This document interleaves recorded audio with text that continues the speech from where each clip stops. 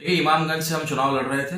7500 vote हमें आया है और आरजेडी वहां 6000 वोट से हारे। सेकुलर पार्टी भाजपा जैसी पार्टी जो जहर समाज में फैलाना चाहती है, उसके यादव जी के लिए एक अलार्म है, एक चेतावनी है, एक हल्का चाटा है। अगर आप जाग जाइए तो ठीक, नहीं तो 2025 में जबरदस्त मुक्का जनता। हाय, आदाब, सलाम, नमस्कार, सत श्री अकाल। मैं रोशन और आप देख रहे हैं times of Sitamarhi. Times of Sitamarhi में आपका स्वागत है।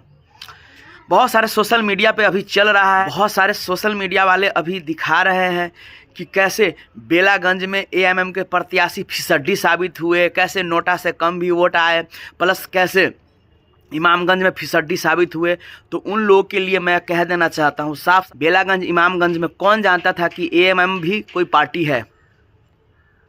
और वो बंदे अगर 3000 ही वोट लाए हैं, फर्स्ट टाइम थे, फर्स्ट बार कैंडिडेट थे, उनका हौसला वो 3000 ही, एक दिन 3 लाख लाएगा।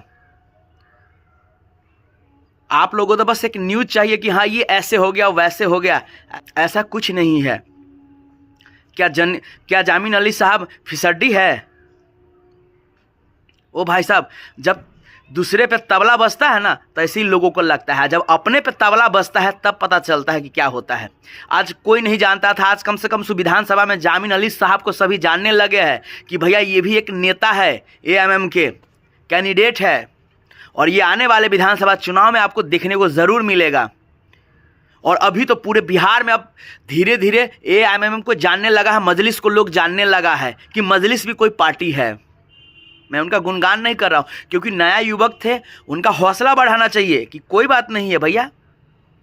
और ये तो हर बात होता है कि जब एएमएम के कोई भी कैंडिडेट अगर चुनाव लड़ता है तो पता नहीं क्यों मुसलमान भाई उनका साथ नहीं देते हैं। जी हाँ, ये सच्चाई है, और पता नहीं कब उनको समझ में ही आएगा। खैर कोई बात नहीं है, बस जो जामिन अली साहब किए, जो कंचन पासवान के बहुत अच्छा किए हैं, बहुत अच्छी खबर है कि हौसला बढ़ा है। वो लोग, मेरे नज़र में वो लोग हार के भी जीत गए हैं। तो ये ऐसा नहीं सोचना चाहिए कि हाँ वो ये हो गया वो हो गया, ऐसा नहीं है। हार जीत तो लगी रहती है, इसे ये नहीं कि ज़िंदगी ख़त्म हो गई है। फिर चुनाव अगले साल है, अभी से वो तैयारी करेंगे, मेहनत करेंगे, लोगों की सेवा करेंगे, काम करेंगे, ज़रूर वोट मिलेगा। आप जानते हैं आम जनता को क्या चाहिए।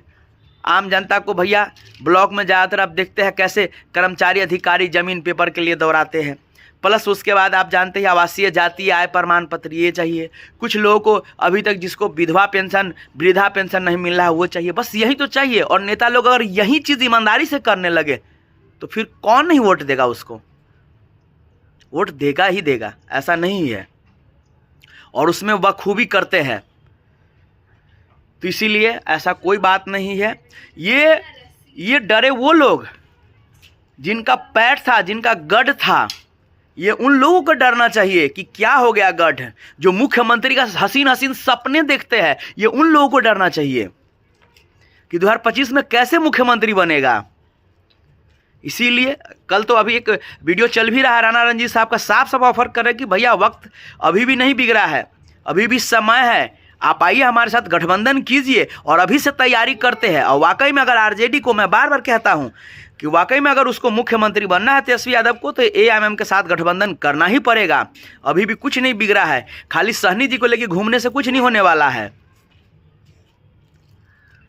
इसीलिए क्योंकि अब लोग जान चुके हैं, जाग चुके हैं कि क्या किया जाता है हमारे साथ, हम किस लिए है उस पार्टी में, हमें किस नज़रिए से वो पार्टी हमें देखती है।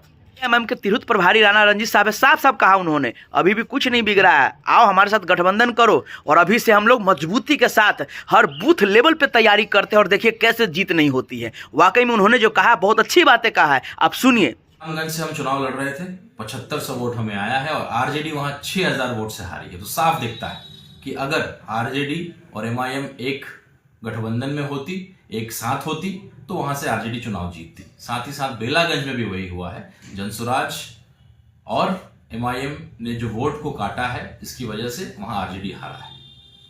तो ये स्पष्ट दिखता है कि अगर नॉन सेकुलर पार्टी भाजपा जैसी पार्टी जो जहर समाज में फैलाना चाहती है, उसको अगर हराना है तो सारी सेकुलर पार्टियों को एक मंच पे आना पड़ेगा। तेजस्वी यादव जी के लिए एक अलार्म है, एक चेतावनी है, एक हल्का चाटा है। अगर आप जाग जाइए तो ठीक, नहीं तो 2025 में जबरदस्त मुक्का जनता जो है आपको मारेगी वोट का, और आप फिर से वही 20-25 सीट पे चले आएंगे। तो ये अपने चेहरे को धोइए, मन को साफ करिए, घमंड को नीचे रखिए और अपने पिताजी से मार्गदर्शन लीजिए। और उनको मालूम है लालू जी हम सबके गार्जियन रहे हैं, और अगर किसी ने हराया है इन फिरका परस्त पार्टियों को तो लालू जी के ही नेतृत्व में हुआ है।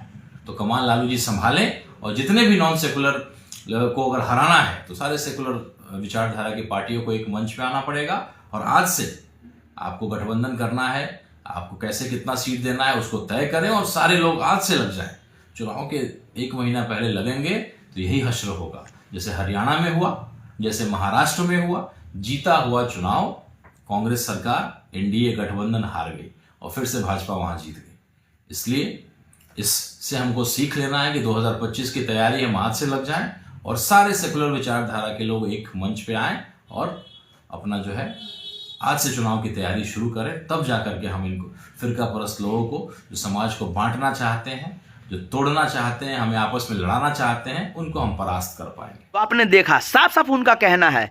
इसीलिए अभी भी कुछ नहीं बिगड़ा है, और एक वाकई में अगर विरोधी को हराना है तो आपको एक साथ आना ही पड़ेगा। आप जो वैल्यू नहीं देते हैं एएमएम को, तो वो आपकी फिर आने वाले दिनों में, अभी 80 सीट है तो आप देखिएगा 20 से 25 न रह जाए, और ये रियलिटी है। क्योंकि साफ साफ इस उपचुनाव में पता चल गया है कि माई समीकरण में से एम साइड हो गया है, सिर्फ वाई रह गया है, और वाई से कुछ नहीं होने वाला है। आप सोच सकते हैं कैसे रामगढ़ में, वहाँ तो एएमएम के प्रत्याशी नहीं थे, कैसे तीसरे नंबर पे एएमएम में राजद, आप सोच सकते हैं तीसरे नंबर पे।